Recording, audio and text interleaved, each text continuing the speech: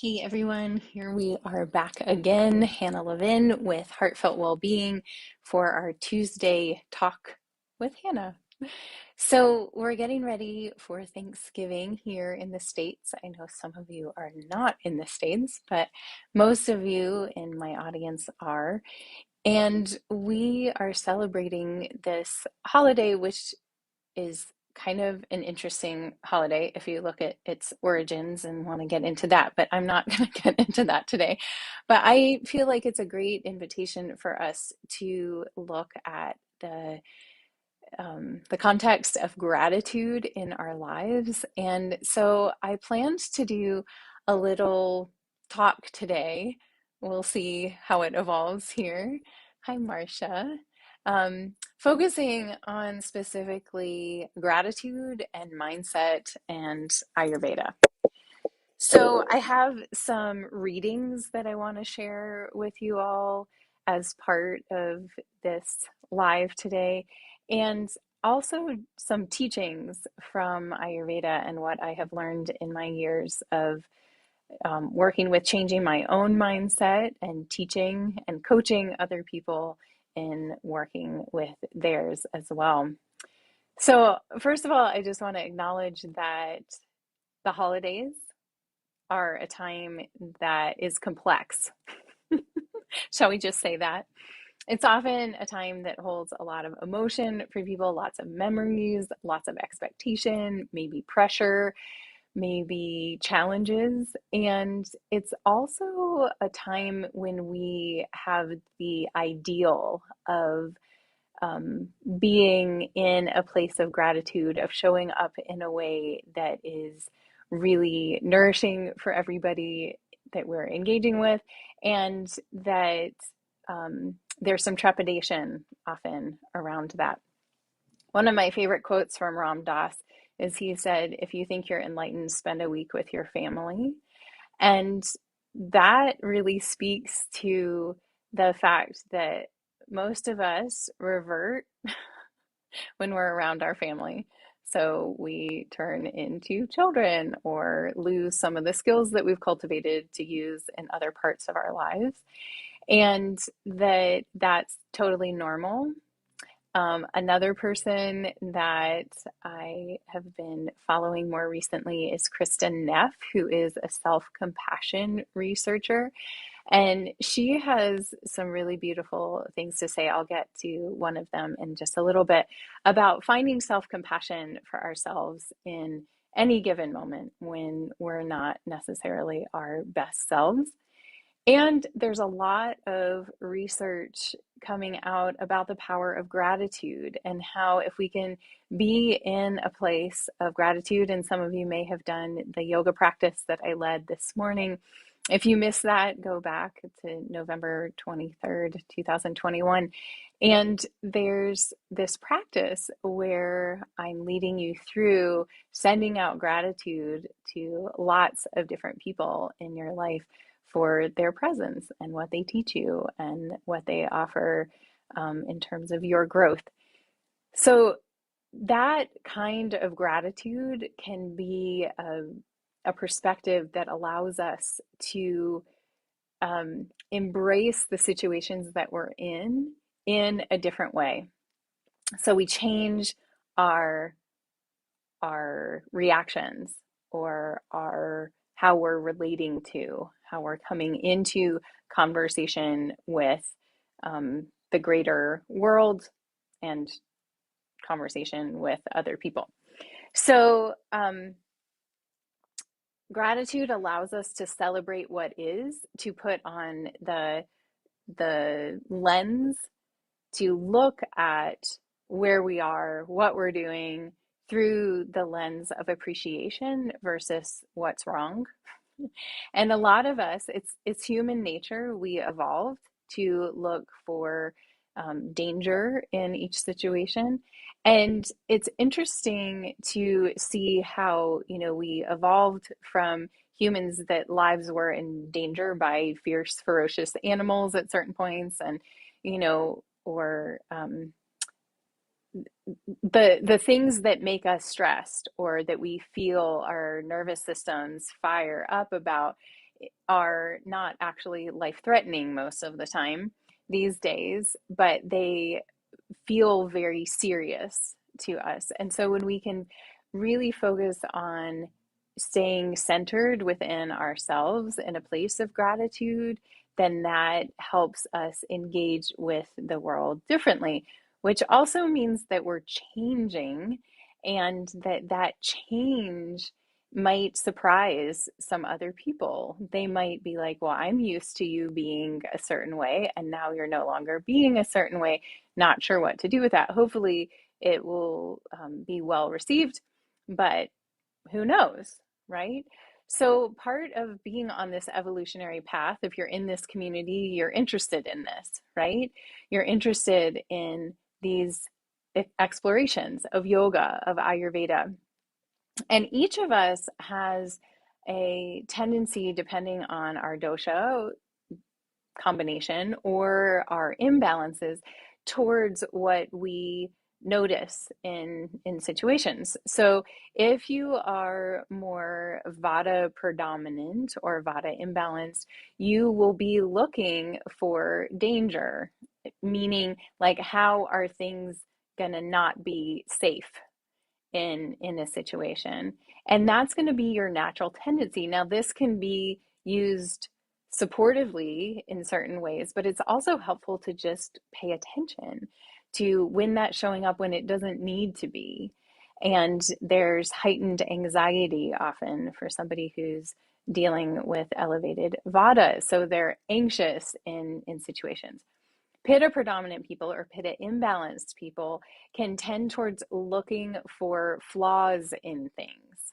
Okay, so how things aren't done, quote unquote, right. Or that can be turned towards being very self critical and feeling like you need to show up perfectly. And if you don't, then it ruins everything for everybody. So it's this very like um, fiery positioning on how things roll. And if you're more kapha predominant or kapha imbalanced, there can tend to be a lack of enthusiasm, a lack of engagement, and not putting much effort forth, or that there's a lot of um, hesitancy about like large crowds or having to um, be seen and show up in certain, holiday situations that might be happening. So just want to put that out there. Maybe some of that resonates with you. I want to read a piece. This is from a book by David White, who is one of my favorite writers, one of my favorite. Well, he writes prose and poetry. And this is a book called Consolations. And the second title is The Solace, Nourishment, and Underlying Meaning of Everyday Words. So one of those words is gratitude. And I want to read to you what David White writes about gratitude. And to again come back to this invitation to show up at this time of Thanksgiving, of giving thanks from a place of gratitude, a gratitude for your life, gratitude for what you're learning, gratitude for your ability to change, gratitude for all that is possible in this world, as challenging and chaotic and seemingly frustrating it can be a lot of the time. So, tuning in to gratitude, here's what David White has to say. Gratitude is not a passive response to something we have been given. Gratitude arises from paying attention, from being awake in the presence of everything that lives within and without us. Gratitude is not necessarily something that shows up, that is shown after the event. It is the deep, a priori, Latin, state of attention that shows we understand and are equal to the gifted nature of life. Gratitude is the understanding that many millions of things come together and live together, and mesh together and breathe together in order for us to take even one more breath of air. That the underlying gift of life and incarnation as a living, participating human being is a privilege. That we are miraculously part of something rather than nothing.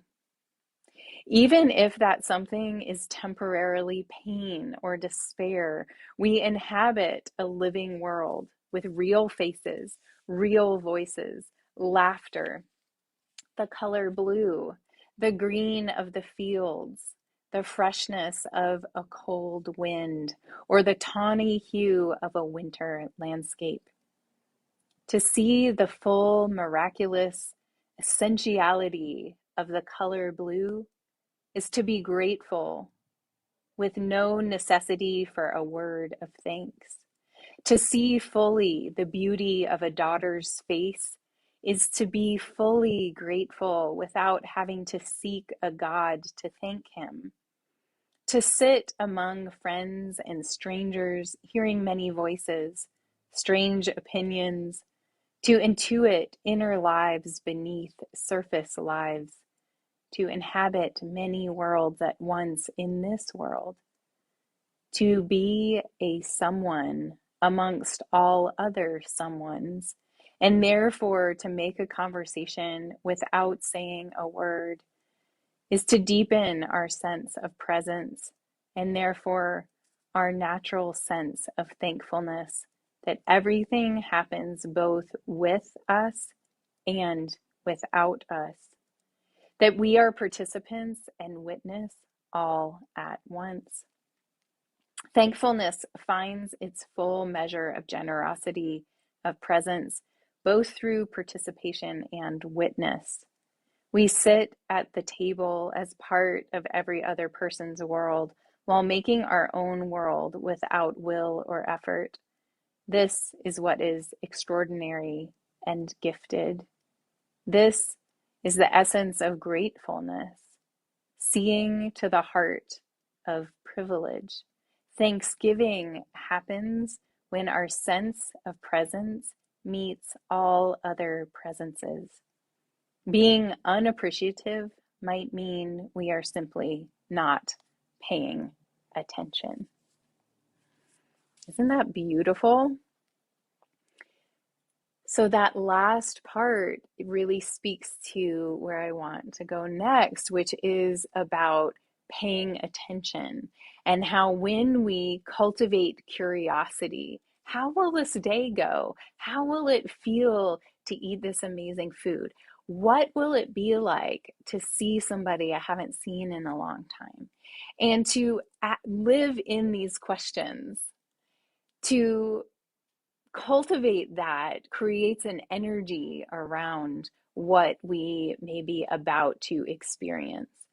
And that that invitation of presence means putting down the phone, putting down the work, putting away the things that we get caught up with in our day to day, and to not try to combine where we usually are with where we choose to be during the holidays, and to allow ourselves to be fully present, which means curious, being curious with where we are and allowing where we are, how we're engaging, the conversations that we show up to change us, to have an impact on our lives.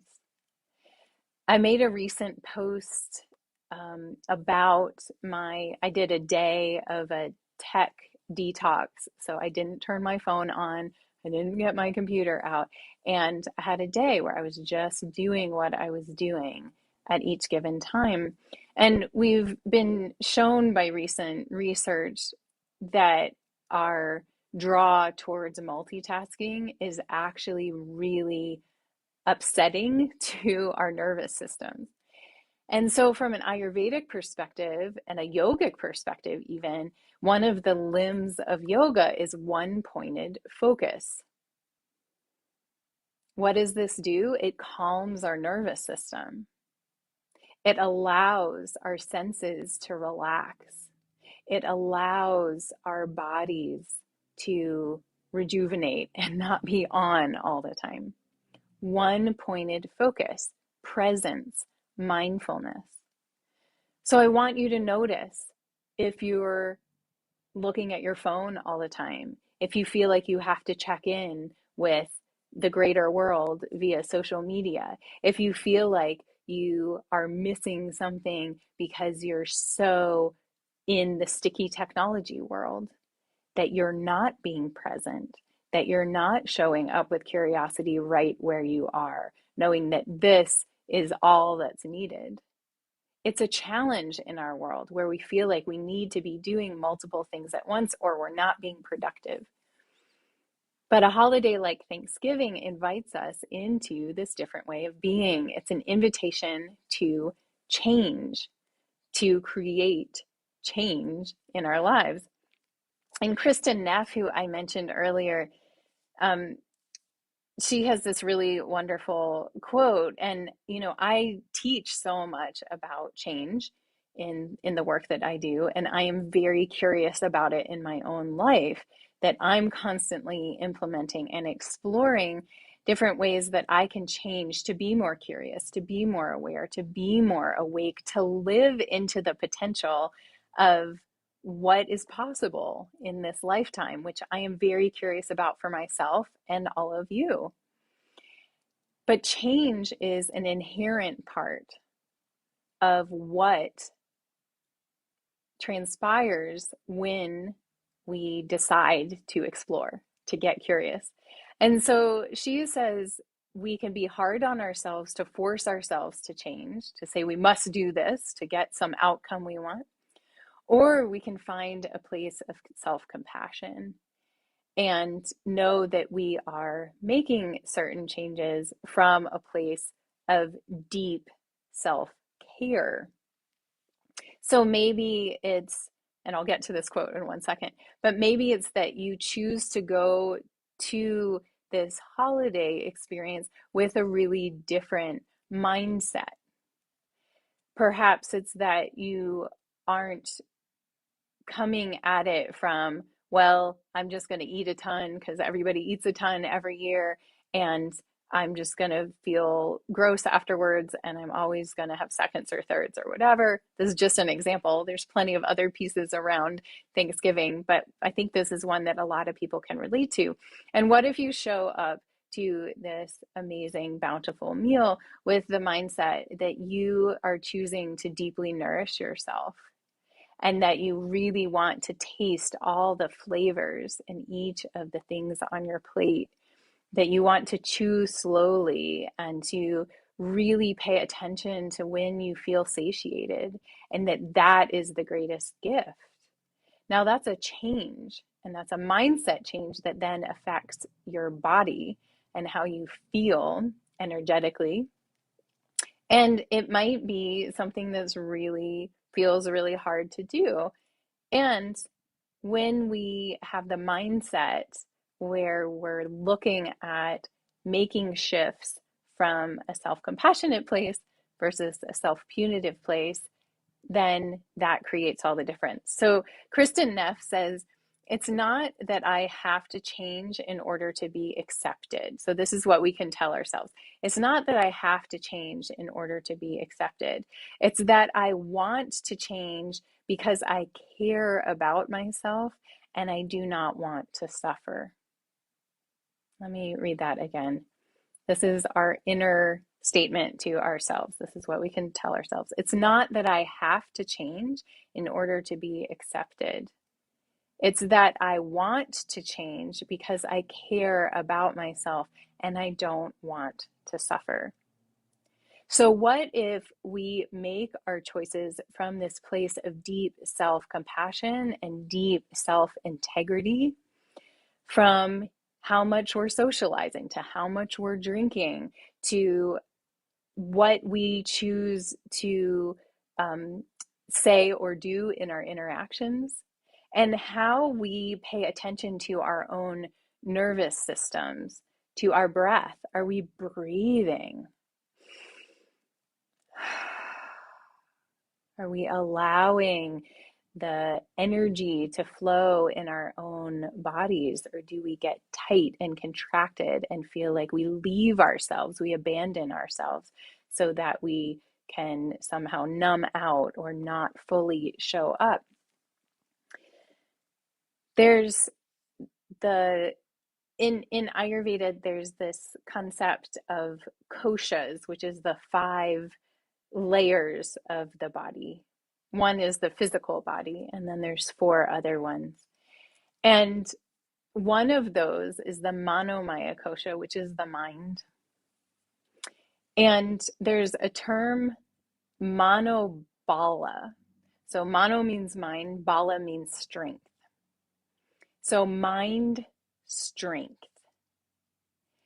And this is basically, if we look at modern day, what would we call this? This would be mindset. It would be our ability to choose how we think of and perceive anything, ourselves, other people, what happens, right?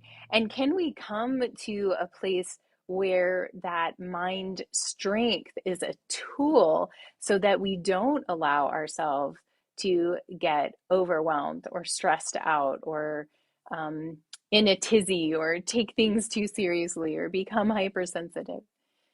That we have a strength of our mind, of what we know is in the deepest integrity of ourselves. And then we show up to engage with the external world from that place of strength within ourselves.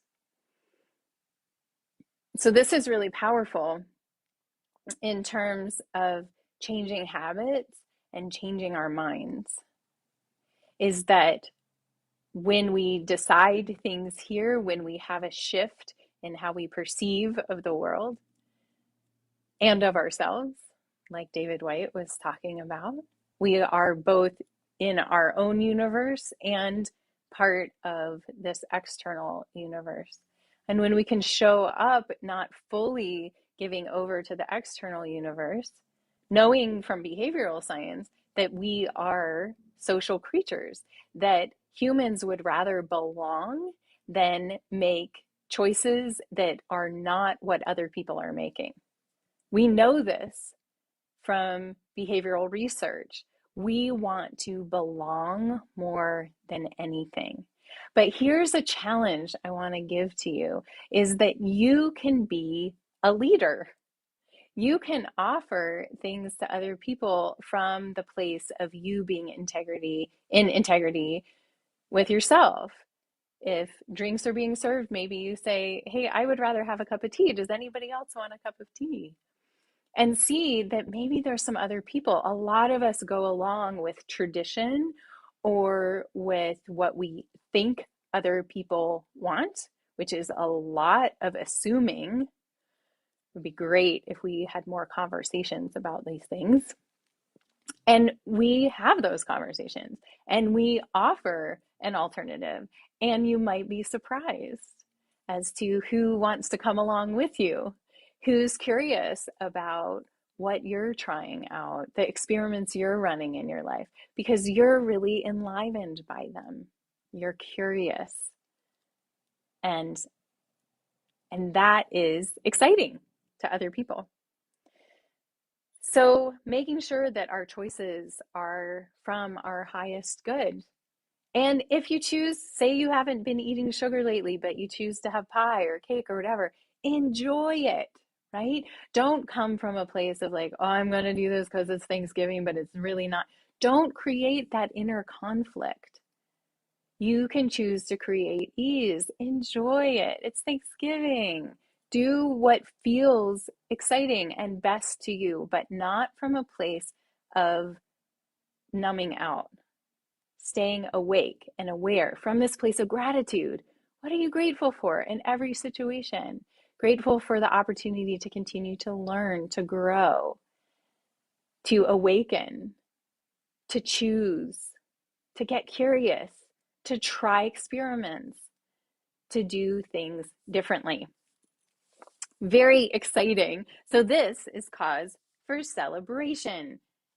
So here's a poem by John O'Donohue, who was friends with David White, about celebration. This is his poem from his book, To Bless the Space Between Us, a book of blessings.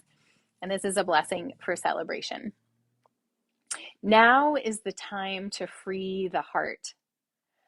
Let all intentions and worries stop. Free the joy inside the self. Awaken to the wonder of your life. Open your eyes and see the friends whose hearts recognize your face as kin. Those whose kindness, watchful and near, encourages you to live everything here. See the gifts of the years, see the gifts the years have given, things your effort could not ever earn. The health to enjoy who you want to be, and the mind to mirror mystery. Isn't that a great poem? So I hope that this inspires you. I hope that you feel like maybe if there's apprehension or tension or any kind of challenge around this coming holiday for you, that this was helpful for you to shift to a place of curiosity, to gratitude, to inner alignment with yourself. And I'm really curious to hear your feedback from a place of what you're exploring right now. So send in your questions or your reports as to how things go, and let me know if this was helpful for you. Again, this alignment of mindset and Ayurveda teachings and gratitude. Thank you all for being here. I hope you have a fabulous Thanksgiving, and I will see you all next week. Be well.